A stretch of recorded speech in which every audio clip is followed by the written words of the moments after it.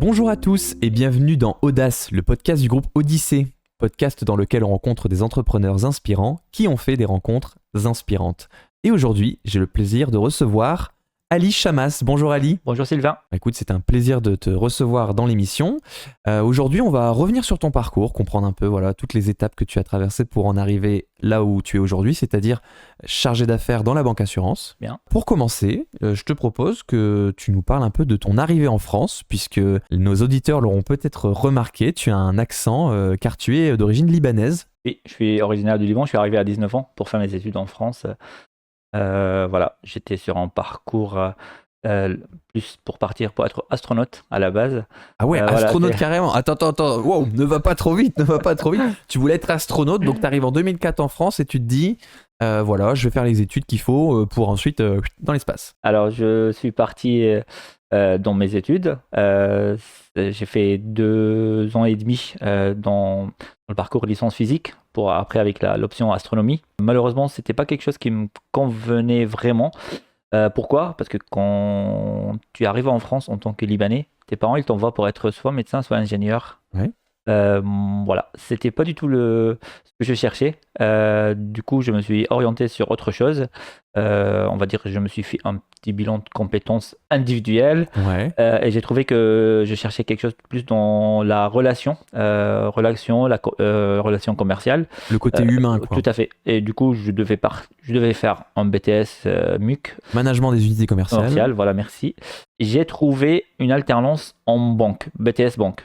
Du coup, j'ai sauté sur l'occasion, c'était l'opportunité à ce moment-là. J'avoue que c'était très compliqué de trouver l'alternance à ce moment-là. Et je me suis dit, une belle occasion, ça reste du commerce, ça reste de la relation clientèle. Et c'était une très belle expérience que j'ai faite à la Banque Postale, à Bondu et à Saint-André, que j'ai rencontré là-bas aussi, mon ancien directeur, Alain Duchesne, qui est devenu aujourd'hui quelqu'un de très proche pour moi, parce que je toujours en contact avec lui, il m'a soutenu beaucoup, cette personne. Voilà. C'est beau, c'est une belle histoire. Donc ça, c'était ton BTS en alternance. Oui. Et tu as ensuite embrayé sur une licence et un master. Tout à fait. J'ai intégré une licence master pour faire un management en organisation, parce que je voulais au moins avoir un niveau bac plus 4, bac plus 5. Et j'ai eu l'opportunité de faire mon stage à la mairie de Lille en tant que chargé de mission sur l'archivage électronique, qui n'était pas encore mise en place.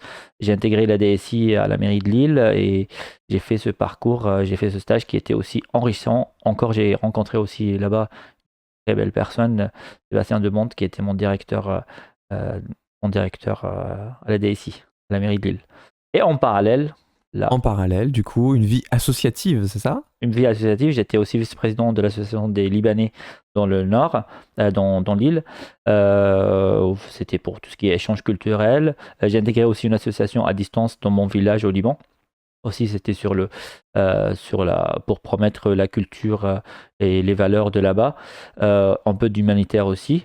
Et aussi, j'ai intégré, côté politique, un conseil qui est rattaché au conseil municipal de Lille, ce qu'on appelle le conseil des résidents étrangers. À ce moment-là, je n'avais pas la nationalité française et j'ai eu l'opportunité d'être, on va dire, élu dans ce conseil que j'ai intégré. J'étais président de commission de la vie quotidienne. Donc, cette licence et ce master, ils se sont bien passés, tu as appris des choses, ça s'est passé comment ? J'ai appris des choses, j'ai rencontré des gens, comme à chaque expérience, en fait, les rencontres avec les gens. Au niveau de tout ce qui est pratique dans la formation, c'était des choses qu'on apprend comme avec le BTS, mais pour moi l'essentiel c'était les rencontres que j'ai faites en faisant mon stage en parallèle en fait avec la mairie de Lille. C'était, on va dire, ma deuxième expérience professionnelle, la rencontre avec les gens, la rencontre avec les directeurs de service, parce que je travaillais beaucoup avec les directeurs de service à ce moment-là, et c'est ce qui a fait la richesse en fait de mon parcours. À la fin de ce parcours, j'ai encore changé de vie professionnelle et je me suis dit, on y va, on va ouvrir un restaurant. BTS licence master et ensuite, paf, créer un restaurant. Tout à fait. Mais du coup, comme tu avais l'expérience un peu management des organisations, peut-être que ça pouvait t'aider du coup. Oui, on va dire, alors le management, la comptabilité, tout ça, j'avais une bonne base.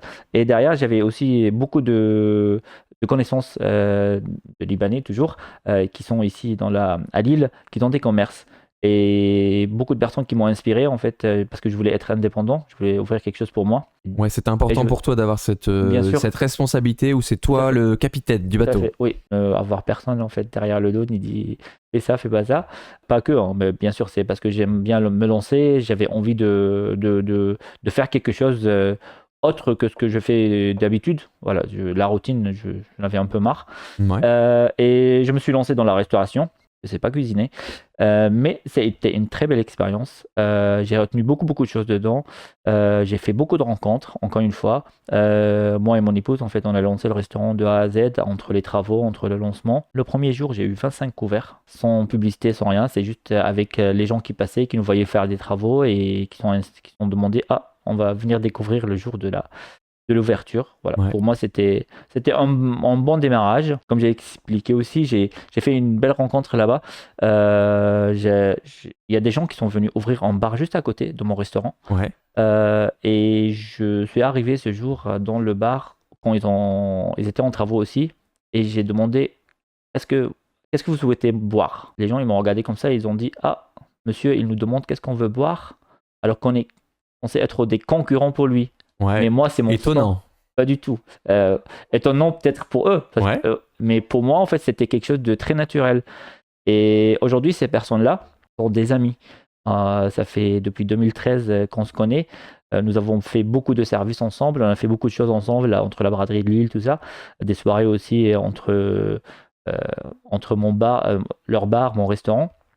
Et le fait la relation en fait naturelle qui est venue dès le début, ça nous a créé quelque chose et voilà, ça fait aussi partie des choses que j'ai retenues de mon restaurant, que j'ai gardé 8 ans. Ouais, c'est une belle histoire du coup, Oui. 8 ans. Et puis voilà, des personnes qui pouvaient être des concurrents qui au final se sont avérés être des alliés. Tout à fait. Donc c'est une très belle histoire. Donc 8 ans de restaurant, pourquoi du coup avoir arrêté l'aventure Alors, arrêter l'aventure, on va dire, j'ai mon père qui est décédé au Liban après Oh. une longue maladie du cancer. Il fallait que je parte là-bas pour que je reprenne l'entreprise familiale d'embouteillage, de fabrication de bouteilles d'eau. Nous avons fermé le restaurant et nous sommes partis en famille au Liban. Moi, mon épouse et ma fille et mon garçon. Mon garçon qui était pas encore, il était encore en route parce que mon épouse elle était Ah ouais. enceinte. On est parti au Liban, on a vécu 2 ans là-bas. Moi, je connais la culture. Mes enfants, ils ont découvert une nouvelle culture. Mon épouse, elle a découvert une nouvelle culture. Elle a enseigné le français là-bas. Et c'était, encore une fois, une très, très, très belle expérience pour nous tous. L'idée c'est que toi tu reprenais l'activité de ton père. Oui. Du coup, qu'est-ce qu'il faisait C'était l'entreprise de fabrication de bouteilles d'eau. Et d'eau, Il y a ça. Et à côté, alors, c'est en famille, en fait, c'est géré en famille. Au Liban, c'est plus les frères et sœurs, en fait, mon oncle qui gérait tout ça. Et à côté, je voulais faire quelque chose d'autre pour m'intéresser aussi à la vie locale, associative. Du coup, j'ai intégré une ONG, organisation non gouvernementale, non c'est ça, ouais. gouvernementale, tout à fait. Et j'ai travaillé dans l'humanitaire, un petit peu, en fait, enquêteur sur les familles qui recevaient des aides, tout ça, D'accord. pour voir si c'est qui a le droit, qui n'a pas le droit. Et encore une fois, c'était belle découverte, c'était une autre qualité de vie, c'était d'autres conditions. Voilà, je découvre, j'ai découvert beaucoup de choses et je suis à nouveau content de cette expérience. C'est moi ce que je trouve dans ton parcours déjà là, parce qu'on n'a pas encore fait tout le parcours, mais à quel point tu as envie de toucher à tout et aussi à quel point tu peux t'immerger, te consacrer comme ça dans des activités variées. Oui. Comment tu trouves le temps entre la vie de famille et tout ça? Comment on fait? C'est la question qu'on demande souvent aux gens. On n'a pas à trouver le temps. Le temps, il est là. Là, après l'émission, toi, tu vas te dire, ah, j'ai un rendez-vous qui va s'enchaîner. Mais non. Toi, tu peux imposer, en fait, que le rendez-vous, il vient une demi-heure après pour que tu puisses te reposer. Toi, il faut que tu te donnes le temps. Il faut que tu t'organises, en fait, dans ta tête pour que tu puisses avoir le temps sans cette pression que tout le temps, il faut suivre le parcours, il faut suivre, allez, j'ai du travail à faire, j'ai ça. C'est à nous de gérer notre temps, c'est à nous de trouver notre temps pour qu'on puisse faire en étant bien organisé. Parce qu'on entend souvent les personnes dire j'ai pas le temps, mais en fait, c'est ça, c'est pas qu'elles ont pas le temps, c'est qu'elles ont pas décidé de prendre le temps. C'est ça la différence, du coup. Oui, ils ont décidé de ne pas prendre le temps. Ils se disent, voilà, on est. Alors, je peux pas parler. Ça aujourd'hui, je parle de ça aujourd'hui en fait. Je réfléchis comme ça. Quand j'avais le restaurant, à un moment donné, je pensais de la même manière. J'ai jamais le temps. J'avais jamais le temps pour aller au sport. Ouais. J'avais le temps pour aller me faire, je veux dire, plaisir, tout ça. J'avais toujours ce parcours de courir, courir, courir, courir avec le temps. Et parfois, c'est normal. Mais à nous, encore une fois, c'est à nous de trouver un équilibre en fait entre notre vie professionnelle et vie privée. C'est facile à dire, mais c'est faisable. Et tout à l'heure, tu me dis par rapport à mon parcours, tout ça, le drapeau libanais, tu connais? Qu'est-ce qu'il y a au milieu? Alors, sur le drapeau libanais, c'est un cèdre bleu. Cèdre vert. Oui, mais la race, l'espèce, c'est le cèdre bleu, il me semble. En fait, c'est le cèdre. Il est vert sur le il est vert, drapeau. oui, mais il est vert en fait. Lui, il est Ouais. vert bleu, on va dire. Vert bleu. Il y a un peu de bleu dedans, mais sur le vrai cèdre. Mais le cèdre de Liban, en fait, c'est ça. Les Libanais, ils sont résumés par le cèdre. Le cèdre, c'est la résilience. Et mes origines libanaises me donnent beaucoup de résilience. Aujourd'hui, en fait, c'est la résilience qui m'aide dans ce parcours. C'est ça qui me fait de mon caractère pour que je puisse avancer dans la vie. La résilience, il faut jamais rien lâcher, il faut toujours se rebondir. Par exemple, le restaurant, je l'ai fermé, j'ai perdu d'argent dedans. C'est pas pour ça que je me suis jeté à pleurer pendant des mois et des mois, à dire je peux rien faire. Non, j'ai rebondi, rebondi vite et je suis parti sur autre chose. Mais alors, comment justement on fait pour faire table rase de ça, tu vois? Parce que je pense qu'il y en a plus d'un où voilà, après 8 ans, le restaurant, c'est un peu ton bébé, tu vois? Bien sûr. Comment on arrive à se dire, ben en fait, c'était une belle période, maintenant je me tourne vers l'avenir. Comment on arrive à avancer? Alors, comment on arrive à avancer? On avance parce qu'on est en bonne santé. Le restaurant, il est fermé, c'est du matériel. Le boulot que tu n'as plus, c'est du matériel. Il y a un accident, du matériel, tu vois. Mais quand tu es vivant, quand tu arrives à te mettre debout et tu dis, bah voilà, moi j'ai de la vie devant moi, et j'ai une famille autour de moi, et mes enfants qui grandissent autour de moi. Je pense que ça résume tout. Il n'y a pas plus important. Il faut relativiser toujours. Et le fait de vivre à distance une guerre qui s'est passée au Liban en 2006 et encore l'année dernière, récente, ça encore renforce à l'intérieur de toi. Tu dis, nous avons tout ici en vivant en France, et derrière, il y a des gens qui n'ont rien, qui sont en train de mourir malheureusement.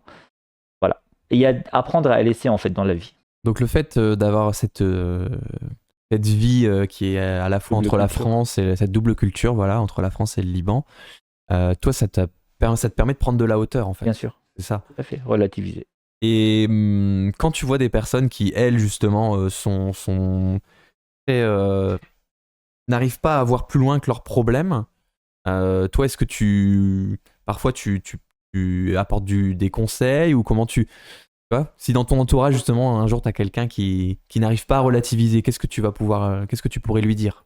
Après, avec la communication, avec l'échange, j'ai rencontré beaucoup de personnes en fait qui voyaient la vie très compliquée, la vie dure. En essayant de parler avec eux, je peux pas toujours, je suis pas non plus en thérapeute, on va dire, je suis pas psychologue pour remettre les gens à leur droit chemin, entre parenthèses. C'est pas du tout ça. Mais j'aime bien accompagner les gens en fait dans des situations pareilles. Ce n'est pas simple. Ça dépend comment toi tu as vécu, comment tu as grandi aussi. Moi, il y a le côté aussi, le fait que je viens du Liban, comme j'ai expliqué, mais aussi l'éducation des parents. Parce que mes parents, je veux dire, mon père, pour moi, la personne qui m'inspire aujourd'hui, c'est mon père. Mon père, ma mère, bien sûr. Mais mon père, il a joué un rôle très très important.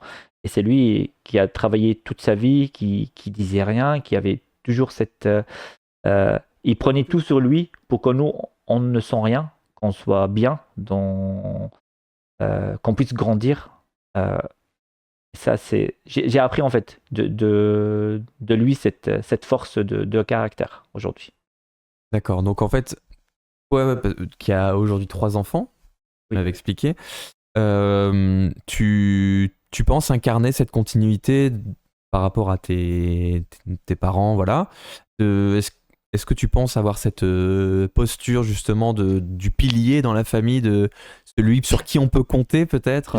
J'essaye. C'est pas toujours simple en fait alors moi et mon épouse, on est de deux cultures différentes. Elle est franco-polonaise. Elle vit ici dans le Nord.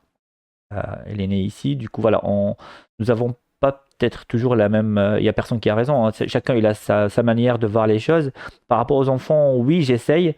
Ce n'est pas toujours simple parce que il faut que je m'adapte aussi à leurs besoins, qu'est-ce qui se passe à l'école. Et aujourd'hui, moi, je vais dire, j'ai 41 ans, l'ancienne école, en plus d'un village un peu avec des valeurs un peu à l'ancienne. Mes enfants aujourd'hui, la nouvelle génération, tu sais comment ils sont. Ils sont plus sur les réseaux, tout ça. Alors, j'interdis rien pour mes enfants, mais j'essaye de leur expliquer. J'essaye de limiter la casse, on va dire. D'ailleurs, j'ai mon fils qui a compris un petit peu le système de la vie sociale, tout ça, et aujourd'hui, il est au conseil municipal des enfants dans notre ville à Seclin. Du coup, on voit que la motivation, elle est là. Ma fille aussi, elle est au club d'athlétisme, et mon dernier, il est encore petit, il a 6 ans, peut-être bientôt, il sera aussi comme son frère et sa sœur. C'est marrant parce que tu as eu un certain nombre d'implications dans le monde associatif et tes enfants le font Tout à aussi, fait, quoi. C'est peut-être, tu leur as peut-être transmis une volonté de contribuer à la société, d'aider les autres. Il y a cet aspect-là? Bah, alors ça, c'est le point de passage qu'on n'a pas parlé tout à l'heure. On est parti au Liban 2 ans et Ouais. on est revenu en 2020 quand il y a eu l'explosion du port de Beyrouth Oui. et le Covid pour les enfants, pour qu'ils intègrent l'école ici. Nous avons choisi Seclin parce que mon épouse elle est originaire de Seclin. Il y a une école privée là-bas. Et la première année, quand je suis arrivé, j'étais à la réunion à la réunion de l'Assemblée générale des parents d'élèves. Ouais.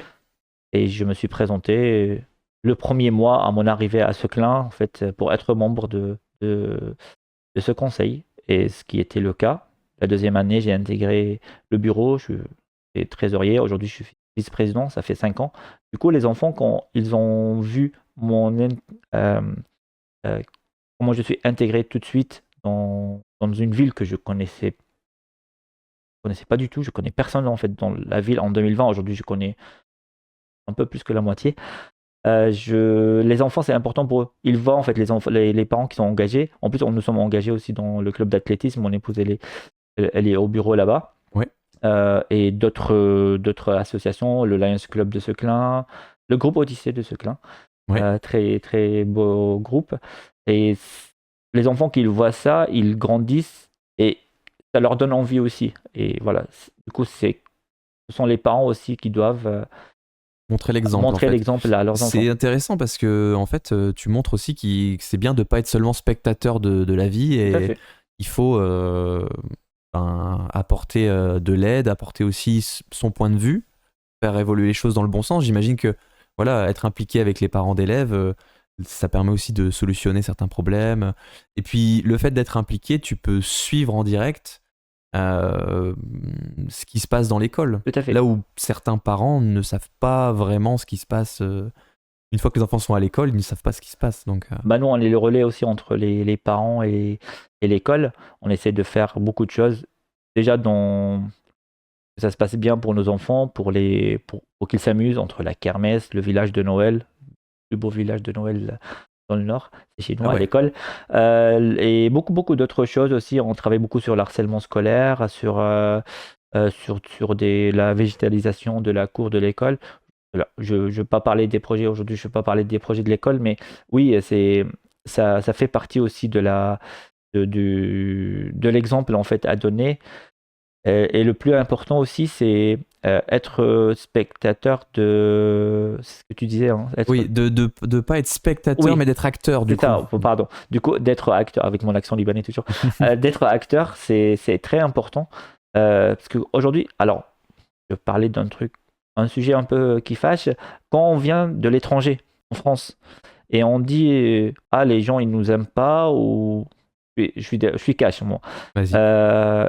On m'aime pas, on m'intègre pas et tout. Mais non, c'est à toi de t'intégrer en fait dans la société. Aujourd'hui, c'est ce que j'ai cherché. En fait, dès le premier jour que je suis arrivé en France, je garde toujours mes valeurs et tout laissé de côté en fait que j'ai que j'ai apporté avec moi. Et je me suis intégré directement en fait dans la société. Et une partie de l'intégration se fait par rentrer dans les associations, le partage en fait, dans la rencontre avec les gens. Sans vie sociable, tu peux pas t'intégrer. Ouais. Et sans intégration, tu peux pas montrer ce que tu es en fait, capable de faire. Voilà. Écoute, t'as anticipé ma prochaine question parce que justement, je voulais savoir si t'avais pu ressentir un certain décalage avec les Français, avec leur façon d'être et de penser, et surtout, est-ce que tu avais pu te sentir rejeté parfois comme étant le Libanais, tu vois, plutôt que un humain comme nous tous, tu vois. Et en fait, bah, tu viens de répondre à la question du fait que en s'impliquant, on fait partie de la communauté, et voilà. Mais est-ce que malgré tout, tu as une anecdote d'un moment où tu as senti que tu étais en décalage? Alors en décalage, non. C'est justement, je reviens au début du parcours, quand je suis arrivé, quand j'ai fait mon BTS Banque qui était en alternance. J'ai et ma directrice à l'époque, qui venait d'arriver en fait dans l'agence, elle ne voulait plus que je fasse du contact avec les clients. La raison, c'était mon accent. D'accord. Alors, c'était du racisme, on va dire direct, sans le dire. Il y a eu une petite histoire, on va dire en interne avec le groupe que j'avais intégré. Et tout de suite, j'étais repris par le directeur, Monsieur Alain Duchesne, que j'expliquais tout à l'heure, qui m'a tout de suite fait oublier ce passage de quelques semaines Ouais. dans une des agences, et qui m'a intégré dans son équipe et qui m'a accordé toute sa confiance. Et c'est grâce à lui que j'ai pu avancer aussi quelque part. Ok, ouais. C'était le seul, on va dire, le seul point. Ouais, en fait, les Français ont un rapport un peu particulier à l'accent, puisque que ce soit un accent étranger ou même un accent régional, hein, accent du Sud, voilà, ou accent du Nord, il y a ce côté-là où on a envie d'uniformiser, de lisser, qu'on soit tous un peu pareils. Parce qu'en fait, quand on entend ton accent, ça raconte aussi une histoire. Bien sûr. Parce que si t'étais né en France de parents libanais, peut-être que t'aurais eu moins d'accent parce que t'aurais Oui. plus vite intégré. Là, c'est intéressant, ça raconte ton arrivée, ton adaptation. Et je trouve que chacun mérite d'avoir son propre parcours et de pas avoir à le cacher. Et il y a un autre exemple de ça, c'est à la télévision. Avant, on entendait d'autres accents. Et maintenant, dans les séries, dans les films, même dans les émissions de télé, on essaie de te prendre les personnes qui ont l'accent le plus neutre possible. Et donc, on a une sous-représentation même de rien que nos cultures régionales. Et voilà, et du coup, ouais, ce rapport à l'accent est un peu particulier en France. Et du coup, t'as eu en tout cas ton expérience au final a été plutôt positive puisque t'es tombé sur quelqu'un qui a corrigé cette erreur rapidement, à dire non, tu mérites toi aussi d'être mis en avant. Tout à fait. Après, c'est pas ça ce qui m'a. Je me suis toujours dit, j'ai toujours relativisé les choses. C'était malheureusement sur une personne. C'est pas pour ça que je me suis dit, ah, tous les Français sont pareils. Au contraire, je me suis dirigé vers d'autres personnes, sur les bras ouverts. Ça n'a toujours pas bien passé. Et aujourd'hui, je ne regrette rien du tout dans la chanson, il dit. Voilà, je suis content de mon parcours, je suis fier d'avancer, et ce n'est pas fini. Je pense que j'ai 41 ans seulement, il y a beaucoup de choses encore à faire devant moi. Bah écoute, pour faire la fin de ton parcours, tu es revenu en France donc en 2021 et tu as décidé donc de reprendre des études puisque tu avais commencé en BTS Banque à l'époque. Ensuite, tu t'es dirigé vers la licence et master management. Oui. Là, tu es revenu en France et tu t'es dit non, finalement, je vais aller au bout de la banque assurance. Et donc, la fameuse reconversion. Est-ce que tu peux nous dire du coup quel a été ton choix à ton retour en France? À mon retour en France, j'ai décidé de repartir en banque assurance. Comme tu as expliqué, du coup, j'ai trouvé une alternance chez BNP Paribas pour une grande banque nationale. pas dire le nom, international. Du coup, j'ai intégré cette banque et j'ai fait mon parcours sur le marché de particulier, en parallèle conseiller particulier à l'agence de Lens et Hénin Beaumont. Une fois de plus, très belle expérience, très belle rencontre. Directeur de l'agence, jeune, super sympa, qui a tout de suite, qui m'a intégré vite, ma tutrice aussi à l'époque. Après, j'ai mon directeur de territoire qui m'a proposé, il m'a dit, vu ton profil, il vaut mieux partir sur le marché professionnel. Mhm. Où là, j'ai enchaîné à l'agence de Douai, encore une nouvelle équipe, nouvelle personne, super sympa. Et je suis parti sur le marché professionnel pour faire un master, travailler en tant que chargé d'affaires professionnel. J'ai terminé cette expérience. Malheureusement, je n'avais pas de CDI dans la région. Ouais. Il fallait que je change de région pour que j'intègre. Et j'ai commencé à chercher à droite et à gauche et j'ai trouvé, je me suis reparti dans un groupe mutualiste pour que je puisse, continuer en fait mon parcours et découvrir un nouveau métier. D'accord. Donc là, aujourd'hui, chargé d'affaires, C'est ça. voilà, dans la mutuelle, mais Voiture, mutuelle, assurance, c'est banque, ça. voilà, je touche à tout. Tu touches à tout, Voilà, voilà. tout à fait. J'ai peur de rien, j'aime bien diversifier, on va dire, en polyvalent. Ouais, et puis qui sait, voilà, il y a peut-être plein de domaines encore Tout que à tu fait, connais pas, que tu découvriras par la suite. tout à fait. Là, c'est pour ton parcours. Moi, je voudrais te poser maintenant une question plus par rapport à ton vécu sur, voilà, la différence de manière de travailler. Tu as peut-être remarqué entre le Liban et la France, dans les relations interpersonnelles, dans les horaires de travail, dans le rythme de travail. Est-ce que tu as remarqué, voilà, une différence de fonctionnement? Différence, beaucoup de différences. Déjà, on travaille nous en famille. Euh, Nous avons les décisions, c'est pris par la famille en fait, par les plus grands de la famille en général. Après, au niveau de droit de travail, il n'y a il y a pas vraiment de nombre d'heures. Aujourd'hui, ça dépend. Il y a des organisations qui travaillent par exemple avec les ONG, qui travaillent avec l'Europe, tout ça. Eux, ils ont des contrats de travail. Alors, le Ouais. contrat de travail, ce n'est pas bien calé comme le contrat qui est en France. Il y a toujours des petites failles à droite, à gauche. Après, il y a aussi le travail des mineurs, qui est Ouais. aussi malheureusement encore un sujet important Ouais, au là-bas. Liban. Quel genre de métier on peut voir du coup exercé par des mineurs au Bah, Liban? dans les usines, dans les champs, il y a toujours des enfants qui travaillent. Alors, il y a beaucoup d'enfants qui sont originaires du Syrie parce qu'il y a beaucoup de Syriens au Liban D'accord. qui ont fui aussi leur guerre. Il faut savoir qu'à un moment donné, il y avait 1 million de Syriens pour 4,5 millions de Libanais. Ah ouais, incroyable. Alors qu'en France, on voit qu'il y a 50 000 Syriens ou 60 000 Syriens pour 60 millions de Français. Ouais. On voit la proportion en fait. Après, voilà, je vais pas rentrer dans des sujets. C'est très compliqué. Ça reste ce sont des gens qui sont partis de leur pays à cause des guerres. J'ai pas beaucoup de. J'ai pas envie de. Je donne pas d'opinion par rapport à ça parce que c'est un sujet très très très Ouais. compliqué. On peut pas, voilà, on peut pas tout. On peut pas parler de tout. Et là. Tu évoquais l'aspect contrat de travail, du coup, ça peut arriver, par exemple, si tu es embauché par, je sais pas, il y a un bar, par exemple, Oui. tu es embauché en tant que barman au Liban, et ben, en fait, c'est le patron, il dit, bah, tu travailles de là à là aujourd'hui, demain, ça peut être différent, Oui. et ça va pas être cadré par un contrat, quoi.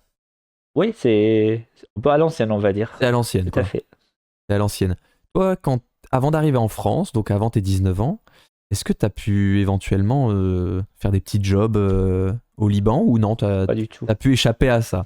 J'ai échappé à ça parce que voilà, comme j'ai expliqué, c'était beaucoup protégé par mes parents. Et leur but principal, c'était m'envoyer pour faire mes études. Ouais. Ils voulaient pas qu'on se charge sur le côté financier. C'était pas un sujet pour eux, en fait, qu'on travaille. Et plus s'occuper de ses études. Ok, Voilà. très bien. Ouais, donc tu as eu cette chance-là. Donc aujourd'hui, donc là, est-ce que tu retournes au Liban pour des vacances ou est-ce que voilà. Je retourne quand je peux. Ouais, Si je peux retourner tous les mois, je retourne. Là, on vient de revenir. Cet été, on était au Liban. C'était, euh, je- il me semble que c'était les meilleures vacances que nous avons vécues parce que ça fait 3 ans qu'on n'a pas été. Avec la guerre, les 2 dernières années, c'était un peu compliqué pour ouais. partir. Et la famille, elle s'est éclatée là-bas. Ils ont découvert beaucoup de choses qu'on n'avait pas vues avant. Et du coup, on va dire des sites, la grotte de Geita qui est très très connue au monde. Elle était candidate au cette merveille du monde. Ouais. Il y a aussi la ville de Beyrouth qu'on a vécu une bonne semaine aussi avec l'hôtel. Et les enfants, ils ont adoré. Ils ont adoré la vie là-bas. Ils se sont même projetés pour faire leurs études là-bas par la suite. Voilà. Après, c'est à eux de choisir quand ils seront grands, ils souhaitent travailler ou faire quelque chose là-bas ou ici et là-bas, je sais pas. C'est à eux de choisir. Moi, je n'impose rien. Mon rôle, c'était de leur faire partager en fait ma culture, euh, donner en fait l'amour pour la France, pour le Liban, quelque chose de normal. On vit en France, on est originaire du Liban. C'est à eux de choisir. Donc t'es allé en vacances au Liban. La situation, elle est stable là-bas. Il y a aucun risque. Ça a évolué dans quel sens là-bas? Il n'y a pas de risque. Aujourd'hui, en fait, ce qu'on entend sur les médias, avec les réseaux, avec les médias, euh, c'est toujours disproportionné. Ouais. On voyait la guerre partout. Bien sûr, il y a des dégâts, malheureusement, il y a eu beaucoup de choses là-bas. Après, nous, quand on est parti en fait dans les quartiers où on était, dans mon village, je pense que c'était une vie normale. Et c'est ça qui a encore fait la force au Liban. Beyrouth, on dit, c'est une ville qui revit à chaque fois en fait. Elle est détruite, elle se reconstruit très vite. Et bah, le Liban, il est comme ça en général partout. Du coup, quand tu pars là-bas en pensant que c'est catastrophique, tu vois que les gens ils vivent normal. Voilà, c'est Ouais, encore une fois la résilience. la vie continue La en vie fait. continue malgré le contexte, malgré l'économie dure, malgré. Il y a beaucoup de choses du contexte, mais la vie continue et bah, la vie elle est belle. Écoute, on va essayer de garder cette phrase la vie est belle. Pour conclure, je te propose de parler un peu des réseaux d'affaires, de ton expérience avec les réseaux d'affaires que tu as pu avoir à ton arrivée en France, enfin, depuis ton arrivée en France. Et aussi, du coup, ta rencontre avec le groupe Odyssée. Donc, est-ce que tu peux nous en parler? Alors les réseaux d'affaires, ça a été à force de rencontrer des gens, à force de constituer un réseau. Le réseau, ça fait en fait les rencontres avec les gens, les associations, ça fait. T'es pas obligé toujours de partir sur un réseau juste pour directement tu vas faire du business. Moi, le principal en fait du réseautage pour moi, c'est les relations humaines. Mhm. C'est avoir en fait la confiance des personnes qui m'entourent, quelque chose de très important. Et le business, il vient ou il vient pas. Voilà. Le côté humain, il est plus important. J'ai fait beaucoup d'associations, c'était pas vraiment pour le business, mais c'était plus bénévolat. J'ai intégré le Lions Club, c'était aussi même pour plus le côté humanitaire. Aujourd'hui, le groupe Odyssée, bien sûr, c'est comme tous les clubs d'entreprise, c'est dans un but final de créer des affaires, de trouver quelque chose. Mais le groupe Odyssée, en fait, ça résonne autrement que d'autres clubs qui n'est pas penché vraiment que sur le business, même si quand tu fais partie d'une entreprise, elle te demande derrière qu'est-ce que tu as fait, qu'est-ce que Ouais. ça t'a rapporté. C'est quelque chose d'important, les chiffres, mais ça reste quand même le relationnel enfin, dans le groupe, la qualité de rencontre avec les indépendants ou les personnes qui font partie des assurances, des banques, d'autres structures. Euh, et dans notre club à Seclin, c'est un peu spécifique. Je sais pas T'as eu Je suis déjà l'occasion de venu, venir. je suis déjà venu au groupe Odyssée de Voilà, Seclin. Ouais. tout à fait. En fait, c'est déjà dans un très beau cadre au restaurant Le Sabot Vert. C'est ça, oui. En fait, voilà, on est toujours bien accueillis avec le sourire d'Emmanuel, que je connais très bien aussi. Et à la fin, on termine par un jeu avec notre animateur du groupe, Olivier, qui fait le jeu, en fait, des jeux de société qu'on découvre, qu'on connaît pas, que je sais pas, il cherche où ces jeux à chaque fois. Et c'est ça qui, en fait, qui est que je trouve original en fait dans notre groupe. Ouais, c'est le côté sérieux sans se prendre au sérieux. On fait des affaires, mais Oui, bien sûr. on est là aussi pour passer un bon moment et en toute bienveillance. Tout à fait. On se met en relation. Si on a des affaires, tant mieux. Si on n'a pas de relation, si on n'a pas d'affaires, c'est pas la fin du monde. Après, voilà. La relation humaine, en fait, elle est. En tout cas, pour moi personnellement, la relation humaine, elle doit couvrir tout le côté, tout ce qui entoure. C'est ça, oui. Puis c'est ça, important. la récurrence des rencontres crée la confiance et voilà, avec la confiance viennent les affaires. C'est la raison d'être du groupe Odyssée aussi. C'est ça. Très bien. Bah écoute, c'était un plaisir de te recevoir dans ce podcast. Merci à toi. Je suis très content aussi d'avoir participé à nouveau et raconter ma vie. Je parle beaucoup, je sais. Voilà, mais c'est mon côté aussi, mon côté cash, naturel. C'est ça qu'on veut, ce côté naturel. Voilà, un parcours vraiment atypique et surtout plein de bonnes choses. Donc, je te souhaite en tout cas une bonne continuation dans ta lancée. Au plaisir de te revoir. Très content aussi d'être là et je te remercie à nouveau pour m'avoir accueilli et me donner cette possibilité de parler de mon parcours autrement que sur papier. Merci à tous d'avoir suivi ce podcast. Si vous souhaitez participer, n'hésitez pas à envoyer un mail à contact@groupe-odyssée.fr et on se retrouve prochainement pour un nouvel épisode.